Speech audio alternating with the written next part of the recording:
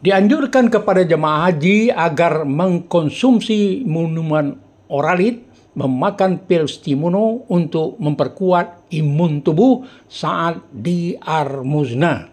Selalu memanfaatkan dan mempergunakan suplemen dan APD serta lain-lainnya yang diberikan oleh Kemenkes kepada jemaah haji sewaktu di embarkasi. Dan jangan lupa membawa pelembab bibir sebab cuaca saat wukuf di Arafah, mabit di Musdalifah, dan melontar jumrah dalam kondisi cuaca panas lagi berada di puncak-puncaknya.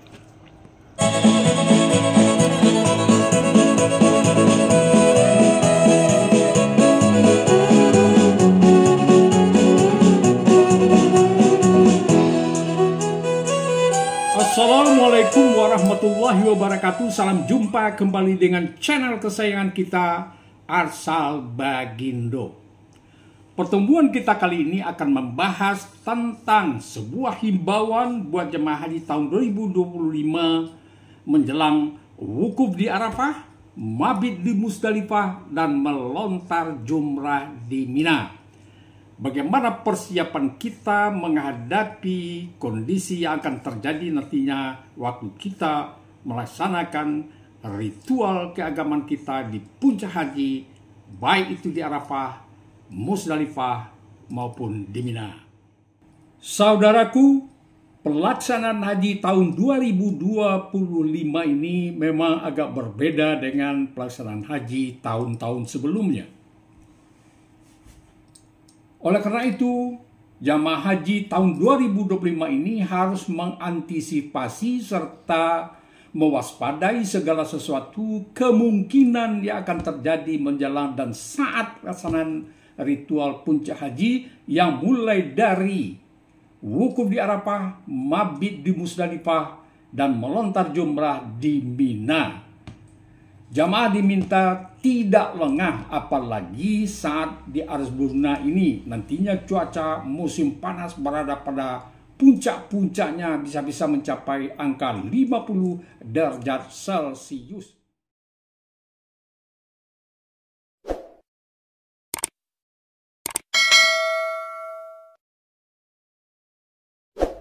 Oleh karena itu, saudaraku, jamaah haji harus memperhatikan dan mempersiapkan dirinya dari berbagai hal agar jamaah tersebut tetap dalam kondisi yang prima.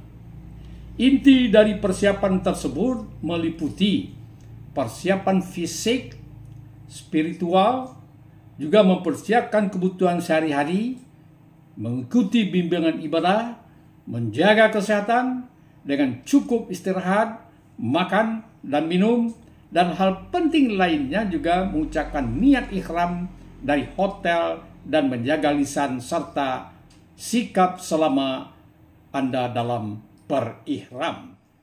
Selanjutnya saudara, baiklah kita lihat rincian persiapan yang dianjurkan bagi jamaah haji tahun 2025 ini. Pertama adalah persiapan fisik, yaitu dengan mencukupi kebutuhan makan, minum, dan vitamin, istirahat yang cukup, khususnya H-3 sebelum wukuf di Arafah, siapkan alas untuk duduk atau berbaring di Arafah. Yang kedua adalah persiapan spiritual dalam bentuk ikuti bimbingan dan konsultasi ibadah serta mendalami manasik haji dan memperbanyak doa, zikir, dan istighfar. Selanjutnya membaca niat ihram. Mulai niat ihram dari hotel masing-masing sebelum berangkat ke Arafah. Perilaku di Arafah, kita harus menjaga lisan dan sikap serta kita banyak berdoa baik untuk orang lain. Hindari mencaci maki atau melaknat. Persiapan lain yang perlu diperhatikan adalah siapkan perbekalan seperti makanan atau minuman yang kita anggap kita butuhkan nantinya di Armusna.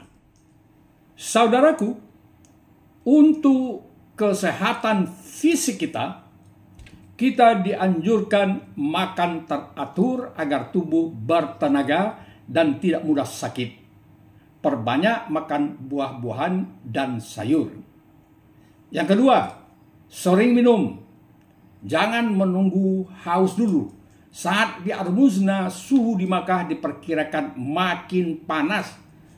Waspadai resiko kekurangan cairan atau dehidrasi dan heat stroke. Anjuran yang ketiga adalah kurangi aktivitas fisik yang tidak perlu dan simpan tenaga Anda untuk menyelesaikan ritual di Armusna. Yang keempat, kurangi aktivitas di luar tenda saat di Armusna. Yang kelima, gunakan alat pelindung diri atau APD saat keluar pondokan atau tenda, termasuk saat antri di toilet di Armusna.